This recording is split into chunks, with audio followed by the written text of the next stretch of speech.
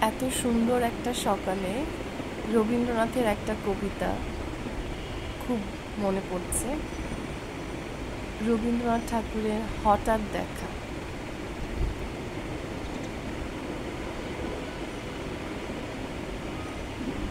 রেলগাড়ির কামরায় হঠাৎ দেখা, ভাবিনি সম্ভব হবে কোনো দিন।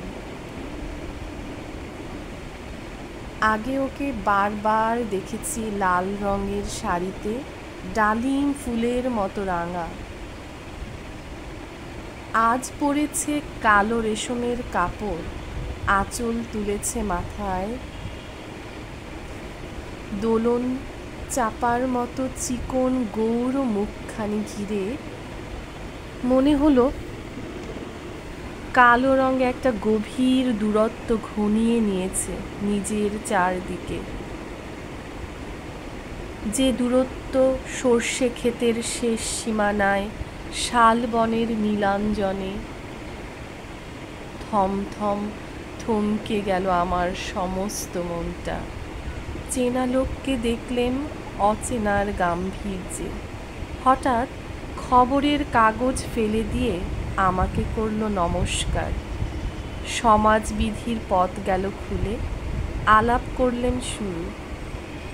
কেমন আছো, কেমন চলছে সংসার ইত্যাদি। সেই রইল জানলার বাইরের দিকে চেয়ে, যেন কাছের দিনের ছোঁয়াচ পার হওয়া চাহনিতে। দিলে অত্যন্ত ছোট দুটো একটা জবাব, কোনোটা বা দিলেই না। বুঝিয়ে দিলে হাতের অস্থিরতায় কেন এসব কথা, এর চেয়ে অনেক ভালো চুপ করে থাকা।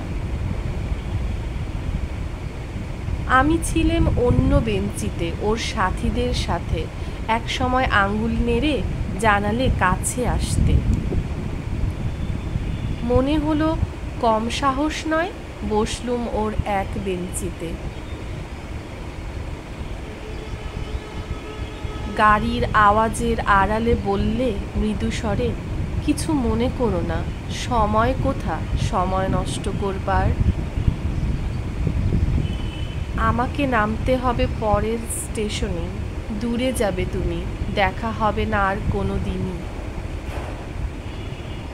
তাই যে প্রশ্নটার জবাব এতকাল থেমে আছে শুনবো তোমার মুখে, সত্য করে বলবে তো। আমি বললেম বলবো। বাইরের আকাশের দিকে তাকিয়ে শুধোলো, আমাদের গেছে যেদিন একেবারেই কি গেছে, কিছুই কি নেই বাকি। একটুকু রইলুম চুপ করে, তারপর বললেন, রাতের সব তারাই আছে দিনের আলোর গভীরে। খটকা লাগলো, কি জানি বানিয়ে বললেন নাকি। ও বললে, থাক এখন যাও ওদিকে। সবাই নেমে গেল পরের স্টেশনে। আমি চললেম একা।